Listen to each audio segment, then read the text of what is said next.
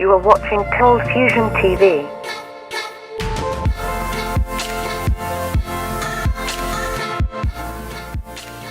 Hi, welcome to another ColdFusion video. Over the past year, many times I've gotten the request to create a video production on the topic of TATA. At first, I didn't really see why there was such a demand, but as I learned more about the company, it became clear that there was something very unique here. I have to admit, before I completed the research, I really didn't know much about TATA, besides the fact that they made cars that were nowhere to be found in Australia, the US, and Europe. In fact, the only place I'd seen them was in India during my travels. Today, TATA now owns companies such as Jaguar and Land Rover, but this is really the tip of the iceberg when it comes to the breadth of their industry activities. So how did TATA become the multinational giant that it is today? And just how big is it? In this video, we'll find out. For those of you that are from Western nations and are probably unaware of this company, this video may widen your perspectives a little. Let's begin. As far as modern day companies go, TATA is a very old company, older than the automobile, powered flight, and household electricity. The company was founded way back in 1868 by Jamsetji Nasrwanji Tata. In retrospect, after Tata's success, some have hailed J. Tata as one of the founders of modern India. Born in 1839, J. Tata's first professional role was working in his father's banking firm outside of Mumbai, India, coincidentally where I was born. There were some key events in J. Tata's life that would shape the history of India and eventually help shape the global business landscape. It would be travel that opened his eyes. J. Tata travelled to England, America, and Europe for business, and through his opportunistic mind, he saw that Indian companies could make a large impact in the textile industry, which was dominated by the British at the time. In 1868, after learning from his time working in his father's banking firm, a 29-year-old Tata bought an old oil mill and converted it into a cotton mill. This seemingly insignificant event was the very beginning of the multinational giant. J. Tata always had the inclination to care greatly for the people of India and had an interest in giving back. This is outlined by J. Tata's 4 dream goals. During his life, Tata strived for 4 simple goals within his heart. They were to create an iron and steel company, a world-class education institution, a hotel, and a hydroelectric plant. It would only be the hotel that was to become a reality during Tata's life. It was completed 1 year before J. Tata's death in 1903. In 1907, Tata's son, Dorab, would push to realise his dad's dream of Tata Steel, Asia's first and India's largest steel company. In 1911, the third dream was completed in the form of the Indian Institute of Science, the preeminent Indian institution for research and education in science and engineering. The final piece of J. Tata's original dream was realised in 1915 when Dorab set up Tata Hydroelectronic Power Supply Company, now currently India's largest private electric company.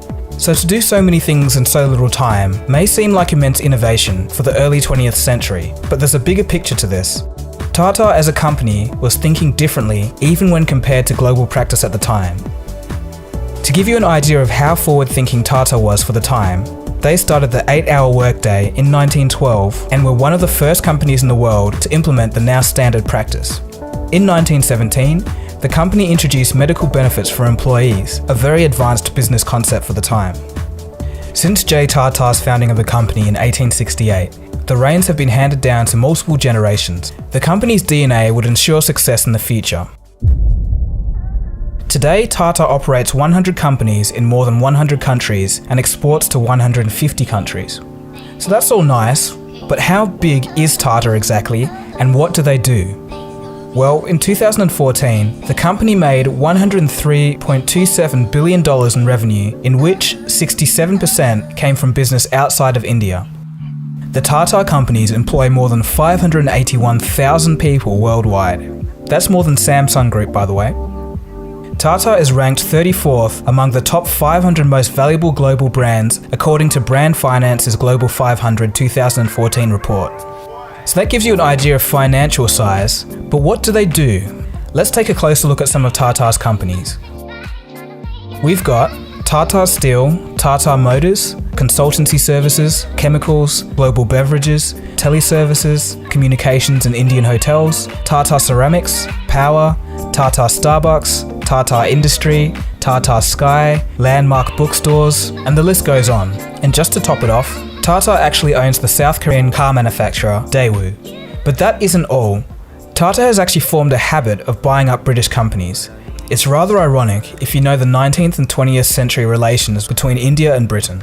In 2000, they bought up the British company Tetley Tea for $407 million. And then next, there was Jaguar and Land Rover in 2008 after the GFC for $2.3 billion. It's quite an interesting story. In 1999, Ratan Tata and his team were humiliated when they went to sell Tata's motor division to Ford due to a poor response after a launch of a hatchback, which happened to be Tata's first passenger car.